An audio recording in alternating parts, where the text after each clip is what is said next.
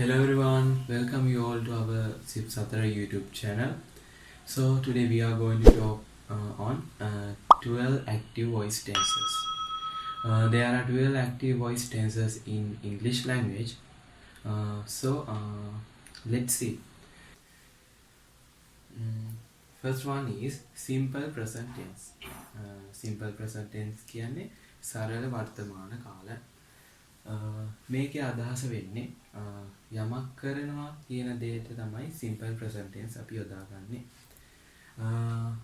Next one, simple past tense. සරල අතීත කාල. එතකොට මෙතනදී අපි කතා කරන්නේ යමක් කළා කියන එක තමයි simple past tense වලදී කතා වෙන්නේ. ඊට පස්සේ simple future tense, සරල අනාගත කාල. ඉතින් මේකෙදි යමක් කරાવી කියන දේවල් තමයි අපි කතා කරන්නේ. ඊළඟට present continuous tense, යමක් කරමින් සිටිනවා. අන්නේ වගේ අදහස් දෙන වාක්‍ය වලට තමයි අපි present continuous tense යොදාගන්නේ. ඊට පස්සේ past continuous tense, යමක් කරමින් සිටියා. future continuous tense, යමක් කරමින් සිටීවි. ඊට පස්සේ present perfect tense, යමක් කරලා තියෙනවා. past perfect tense, යමක් කරලා තිබුණා.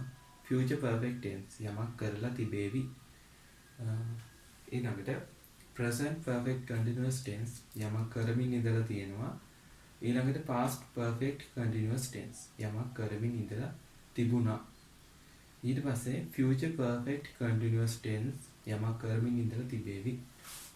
අපි බලමු මේ 12 කොහොමද ඉංග්‍රීසි භාෂාව තුළ යෙදෙන්නේ, අපි කොහොමද මේවෙන් වාක්‍ය නිර්මාණය කරන්න කියන එක. හරි, අපි බලමු. simple present tense, සරල වර්තමාන කාල. ඒ කියන්නේ යමක් කරනවා කියන අර්ථය එන වාක්‍ය වලට තමයි මේ tense එක යොදන්නේ. ඒකේ word order එක ගත්තන් පස්සේ ඒ කියන්නේ ඒකේ වාක්‍ය හැදෙන විදිහ. මුලින්ම යෙදෙන්නේ subject, එහෙම නැත්නම් කර්තෘ, ඊට පස්සේ verb ක්‍රියාපදය, ඊට පස්සේ object කර්මය, ඊට පස්සේ rest කියන්නේ අවසානය. ඉතින් මේක තමයි ඔයාලා මතක තියාගන්න ඕනි මේ tense එක ඉගෙන ගනිද්දී. එතකොට මේ tense එක යටතේ ඕනම වාක්‍යයක් අපිට මේ තියෙන word order එක අනුව අපිට නිර්මාණය කරගන්න පුළුවන්. මේ simple present tense වලදී අපිට එක rule එකක් හමු වෙනවා. ඒ කියන්නේ එක් නීතිය. ඒ නීතිය තමයි I, we, they, you මේ වගේ pronouns එක්ක යෙදෙන verb එක original. ඒ කියන්නේ මේවත් එක්ක යෙදෙන ක්‍රියාපදය ඒ විදිහටමයි තියෙන්නේ. ක්‍රියාපදයට කිසිදු වෙනසක් වෙන්නේ නැහැ. අපි ඒක උදාහරණ වලදී කතා කරමු.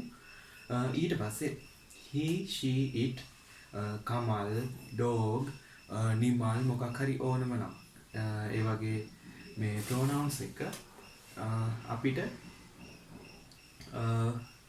verb එකේ අගට s එහෙම නැත්නම් es යොදනවා. ඒ කියන්නේ මේවත් එක්ක යෙදෙන ක්‍රියාපදයේ අගට s එහෙම නැත්නම් es එකතු කරනවා. උදාහරණ වලට යමු. They learn English. ඔවුන් ඉංග්‍රීසි ඉගෙන ගන්නවා. එතකොට they ආපු වාක්‍යයේ learn කියන එක verb එක. මේක original. ඒකට කිසිදු වෙනසක් වෙලා නැහැ. ඊළඟ එක ගත්තම පස්සේ she learns English. මෙතනදී sheත් එක්ක එන ක්‍රියාපදය මෙතන learn එකට s එකක් එකතු වෙනවා.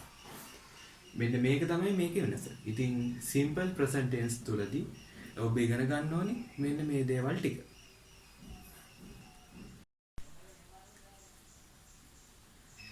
හරි. දැන් අපි කතා කරමු simple past tense, සරල අතීත කාල. මේකෙදි අපි යමක් කළා කියන අර්ථය දෙන වාක්‍ය වලට තමයි simple past tense යොදන්නේ. අපි බලමු ඒකේ word order එක කොහොමද කියලා. ඒකේ word order එක තමයි මුලින්ම subject, past verb, object, rest. කර්තෘ අතීත ක්‍රියාපදය, ඊට පස්සේ කර්මකාරකය, එහෙම නැත්නම් කර්මය, ඊට පස්සේ අවසානය. අපි බලමු උදාහරණයක් යටතේ කොහොමද මේක අපි මේ වාක්‍ය වලට යොදන්නේ කියලා. I did my assignment. මම මගේ පැවරුම කළා. එතකොට කළා කියන එක යමක් කළා. මම මගේ පැවරුම කළා. එතකොට මෙතනදී verb එක did වෙනවා. ඒ කියන්නේ අතීත ක්‍රියාපදය තමයි යොදන්නේ. do එකේ අතීත ක්‍රියාපදය තමයි did. ඊට පස්සේ he closed the door. ඔහු දොර වැසුවා. එතකොට close කියන එකේ අතීත ක්‍රියාපදය තමයි closed. ඊළඟ එක Kamal bought some fruits. Kamal පළතුරු ටිකක් මිලදී ගත්තා. buy කියන එකේ past verb එක තමයි bought. ඊළඟට dogs barked at me. බල්ලෝ මට බිරුවා. එතකොට බිරුවා කියන එක bark එකේ past verb එක තමයි barked. ඊළඟට they watched a film. ඔවුන් ෆිල්ම් එකක් බැලුවා. එතකොට watch කියන එකේ අතීත කාල ක්‍රියාපදය තමයි watched. ඔන්න ඔය විදිහට තමයි simple past tense එකේදී වාක්‍ය අපි ගොඩනගන්නේ. මෙතනදී අපි දැනගන්න ඕනේ verb එක ඒක අනිවාර්යෙන්ම past verb කරන්න ඕනි simple past tense එකේදී. හරි, ඊට පස්සේ අපි බලමු simple future tense. ඒ කියන්නේ සරල අනාගත කාල. යමක් කරાવી කියන අර්ථය දෙන වාක්‍යවලදී තමයි මේ tense එක අපි යොදන්නේ. ඒකේ word order එක ගත්තම subject will plus original verb object rest. ඒ කියන්නේ කර්තෘ will එක ක්‍රියාපදේ, ඒ කියන්නේ අපි මෙතනදී අනාගත ක්‍රියාපදේ නිර්මාණය කරනවා. ඊට පස්සේ කර්මය, ඊට පස්සේ අවසානය. හරි, අපි උදාහරණ වලට යමු. They will play with you. ඔවුන් ඔබ සමග සෙල්ලම් කරાવી. එතකොට will play කියන එකෙන් සෙල්ලම් කරાવી කියන දේ මෙතනදී කියවෙනවා. ඒ කියන්නේ දැන් මේක simple future tense වාක්‍යයක්. ඊට පස්සේ he will bake a cake. ඔහු කේක් එකක් බේක් කරાવી. ඊට පස්සේ Nimal will buy a new car. Nimal අලුත් කාර් එකක් මිලදී ගනීවි. ඊට පස්සේ boys will talk with your dad. පිරිමි ළමයි ඔයාගේ තාත්තත් එක්ක කතා කරાવી. හරි. මෙන්න මේ විදිහට තමයි අපි වාක්‍ය නිර්මාණය කරගන්නේ මෙන්න මේ word order එකේ යටතේදී.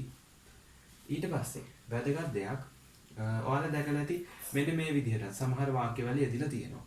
එතකොට මේ I will කියන එක I'll, he will, he'll, she will, she'll අන්නේ විදිහට යෙදিলা තියෙනවා. මේ I will කියන එක කැටි කරලා තමයි මේ විදිහට I'll කියලා දාලා තියෙන්නේ. අපිට මේ විදිහටත් මේ will කියන එක මේ විදිහට කැටි කරලා දක්වන්න පුළුවන්. ඒකත් පොඩ්ඩක් මතකයේ තබා ගන්න.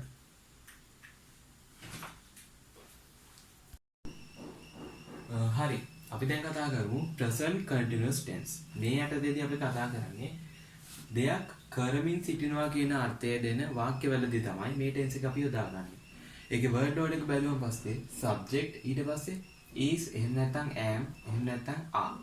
ඊට පස්සේ original verb ඒකත් එක්ක ing එකතු වෙනවා. ඊට පස්සේ object, ඊට පස්සේ rest. දැන් අපි බලමු is, am, are යොදන්නේ මොන වගේ pronouns එකද කියලා. ඒ කියන්නේ මොන වගේ subject එකත් එක්කද අපි is, am, are යොදන්නේ. is යොදන්නේ he, she, it, Kamal, cat, Nimal අන්න ඒ වගේ pronouns එක තමයි අපි is යොදන්නේ. am යොදන්නේ I එක විතරයි.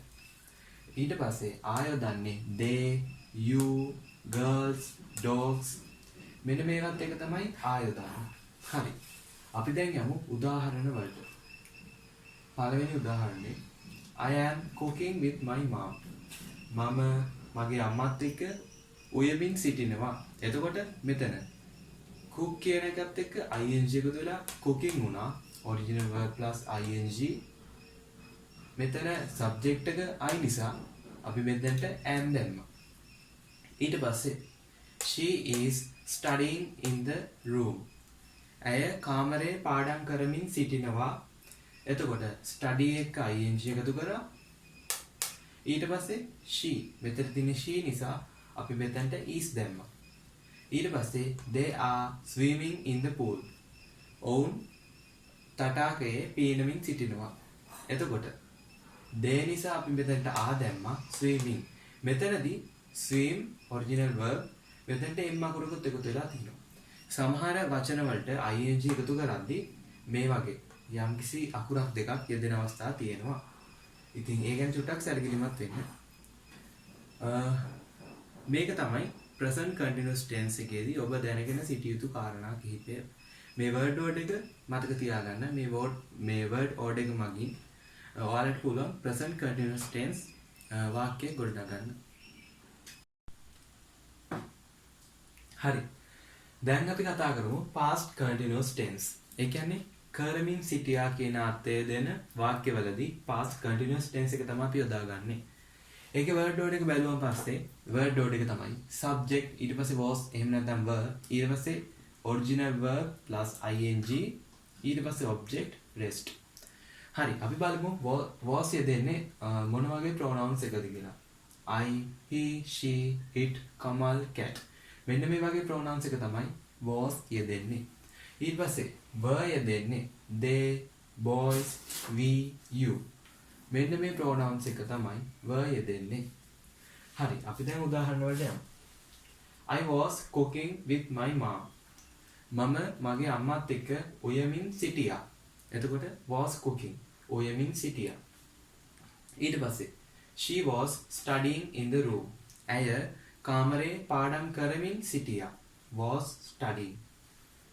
ඊට පස්සේ they were swimming in the pool. ඔවුන් තටාකයේ පීනමින් සිටියා. were swimming.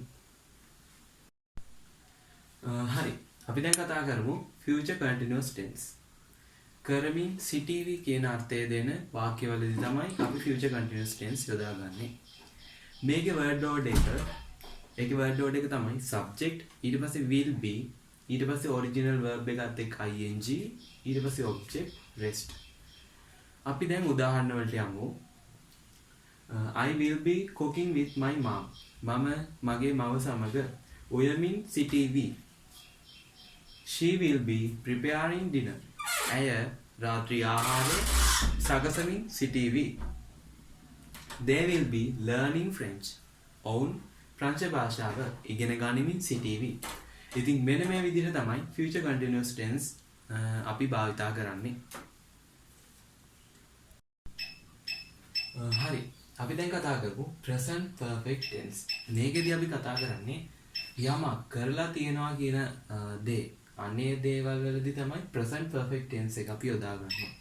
ඒකේ word order එක ගත්තාම පස්සේ subject have එහෙම නැත්නම් has ඊට පස්සේ past participle verb ඊට පස්සේ object rest. මම ඒක පහසුව සඳහා PPV කියලා ලිව්වා. PPV කියන්නේ past participle verb කියන එක. මෙතනදී have යොදන්නේ අපි I, we, they, you, girls. මෙන්න මේ වගේ pronouns එක තමයි අපි have යොදන්නේ. has යොදන්නේ he, she, dog, Kamal, boy. මෙන්න මේ වගේ pronouns එක තමයි අපි has යොදන්නේ. අපි දැන් යමු උදාහරණ වලට. I have won the race. මම තරගය දිනලා තියෙනවා. එතකොට මෙතන won කියන්නේ win කියන එකේ past participle verb එක තමයි won. එතකොට I have won the race. ඊට පස්සේ they have spoken in Korean. ඔවුන් කොරියන් භාෂාවෙන් කතා කරලා තියෙනවා. එතකොට speak කියන එකේ past participle verb එක තමයි spoken. ඊළඟට she has refused his proposal. ඇය ඔහුගේ යෝජනාව ප්‍රතික්ෂේප කරලා තියෙනවා. එතකොට refuse කියන එකේ past participle verb එක තමයි refused. ඉතින් මෙන්න මේ විදිහට තමයි අපි present perfect tense වලදී වාක්‍ය ගොඩනගන්නේ. හරි. අපි දැන් කතා කරමු past perfect tense. මේ යටතේදී අපි කතා කරන්නේ කරලා තිබුණා. යමක් කරලා තිබුණා කියන අර්ථය දෙන වාක්‍යවලදී තමයි අපි past perfect tense එක යොදාගන්නේ. ඒකේ word order එක ගත්තාන් පස්සේ subject ඊට පස්සේ had ඊට පස්සේ past participle verb object rest. ඉතින් මේකෙදී pronoun එකෙන් නැත්නම් subject එක මොකක් වුණත් අපි යොදාන්නේ had කියන එක. උදාහරණ වලට යමු. I had won the race. මම කලින් උදාහරණ ටිකම ගත්ත මේකත්. I had won the race. මම තරගය දිනලා තිබුණා. ඊළඟට they had spoken in Korean. ඔවුන් කොරියන් භාෂාවෙන් කතා කරලා තිබුණා. ඊට පස්සේ she had refused his proposal. ඇය ඔහුගේ යෝජනාව ප්‍රතික්ෂේප කරලා තිබුණා. ඉතින් මෙන්න මේ විදිහට තමයි past perfect tense එකේදී වාක්‍ය ගොඩනගන්නේ. හරි. අපි දැන් කතා කරමු future perfect tense. future perfect tense එකේදී අපි කතා කරන්නේ යමක් කරලා තිබේවි කියන දේ අන්නේ අර්ථයේ දෙන වාක්‍යවලදී තමයි අපි මේ tense එක යොදාගන්නේ. මේකේ word order එක ගත්තන් පස්සේ subject ඊට පස්සේ will have ඊට පස්සේ past participle verb object rest. මෙන්න මේ විදිහට තමයි මේකේ word order එක ගොඩනැගෙන්නේ. අපි බලමු කොහොමද මේකට උදාහරණ. පළවෙනි එක I will have won the race. මම තරගයේ ජයග්‍රහණය කරලා තිබේවි. ඊළඟට they will have bought a new van. ඔවුන් අලුත් van එකක් මිලදීගෙන තිබේවි. ඊළඟට she will have refused his proposal. ඇය ඔහුගේ යෝජනාව ප්‍රතික්ෂේප කරලා තිබේවි. ඉතින් මෙන්න මේ විදිහට තමයි future perfect tense එකේදී වාක්‍ය නිර්මාණය වෙන්නේ.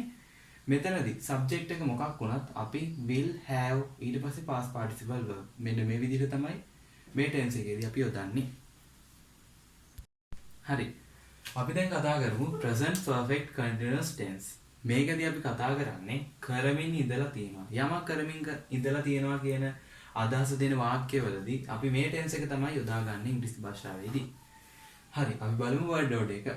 subject have එහෙම නැත්නම් has ඊට පස්සේ been ඊට පස්සේ original verb plus ing object rest. අපි යමු උදාහරණ වලට. They have been studying an English lesson. ඔවුන් ඉංග්‍රීසි පාඩමක් අධ්‍යයනය කරමින් ඉඳලා තියෙනවා. එතකොට මෙතන they නිසා මෙතන අපි යොදන්නේ have. ඊට පස්සේ she has been getting a phone call. ඇය දුරකථන ඇමතුමක් අරගනිමින් ඉඳලා තියෙනවා. මෙතන she නිසා අපි යොදන්නේ has. ඊට පස්සේ Renu has been watching a movie. Renu film එකක් මූවි එකක් බලමින් ඉඳලා තියෙනවා. මෙතන Renu නිසා අපි යොදන්නේ has. ඉතින් ඔන්න ඔය විදිහට තමයි present perfect continuous tense වලදී අපි වාක්‍ය ගොඩනගන්නේ. හරි අපි දැන් කතා කරමු past perfect continuous tense. මේකෙදි යමක් කරමින් ඉඳලා තිබුණා කියන අර්ථය දෙන වාක්‍යවලදී තමයි අපි මේ tense එක යොදාගන්නේ. ඒකේ word order එක බලමු. subject had been original verb plus ing object rest. මෙන්න මේ විදිහට තමයි ඉතින් මේකේ word order එක ගොඩනගන්නේ. අපි බලමු උදාහරණ. They had been studying an English lesson. ඔවුන් ඉංග්‍රීසි පාඩමක් ඉගෙන ගනිමින් ඉඳලා තිබුණා. They had been getting a phone call. ඇය දුරකථන ඇමතුමක් අරගනිමින් ඉඳලා තිබුණා. Renu had been watching a movie. Renu movie එකක් බලමින් ඉඳලා තිබුණා. ඉතින් මෙතනදී they ආවත් she ආවත් Renu මේ මොන pronoun එක ආවත් අපි මෙතනදී යොදන්නේ had කියන එක. had කියන එකත් එක්ක been යොදනවා. ඊට පස්සේ original verb plus ing මෙතන නම් studying මෙතන නම් getting මෙතන නම් watching මෙන්න මේ විදිහට. හරි අපි දැන් කතා කරමු active voice tenses වල අන්තිම tense එක future perfect continuous tense. මේකෙදී අපි කරමින් ඉඳලා තිබේවි කියන අන්නේ අර්ථයේන වාක්‍යවලදී තමයි මෙන්න මේ tense එක අපි යොදාගන්නේ. අපි බලමු මේකේ word order එක. subject ඊට පස්සේ will have been original verb plus ing object rest. හරි අපි දැන් යමු උදාහරණ වලට. They will have been studying an English lesson. ඔවුන් ඉංග්‍රීසි පාඩමක් අධ්‍යයනය කරමින් ඉඳලා තිබේවි. She will have been getting a phone call. ඇය දුරකථන ඇමතුමක් අරගනිමින් ඉඳලා තිබේවි. Renu will have been watching a movie. Renu movie එකක් බලමින් ඉඳලා තිබේවි. ඉතින් මෙන්න මේ විදිහට තමයි future perfect continuous tense වලදී අපි වාක්‍ය ගොඩනගන්නේ. මෙතනදී subject එක මොකක් වුණත් අපි will have මෙන්න මේ විදිහට තමයි වාක්‍ය ගොඩනගන්නේ. ඉතින් ඔන්න ඕක තමයි අපේ active voice tenses 12.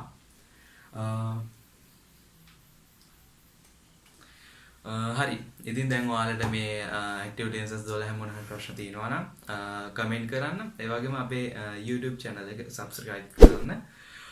ඒ වගේම අපේ bell icon එක click කරන්න. එතකොට අපි අලුතෙන් videos upload කරපු ගමන් ඔයාලට notification එක එනවා ඔයගොල්ලන්ගේ phone එකටම.